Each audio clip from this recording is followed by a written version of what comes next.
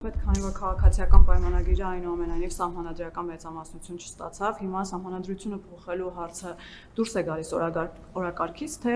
այլ տարբերակներ կան հանրաքվե անցկացնելու։ Մենք կդիտարկենք, կքննարկենք իրավիճակը եւ կգանք հետեւությունների։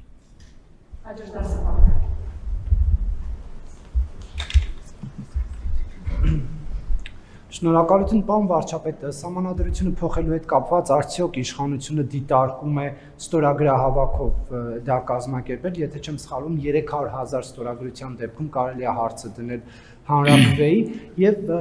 դուք ընդդիմադիրների հետ կապված նշել էիք, որ փետրվար ամսին նշել էիք, որ ընտրություններից հետո նրանց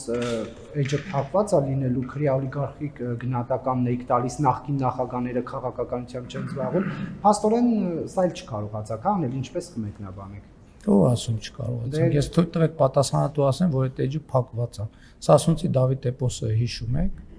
որ Սասունցի Դավիթ էպոսը հիշում եք, որ ասում է հələ մի հատ քեզ թափտու։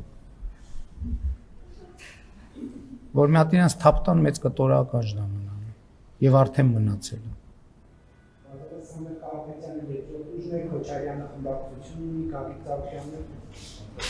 Ինչ անենք։ Բանի նման, ասենք, ցանկացած հանգուցյալ ունի տապանակար։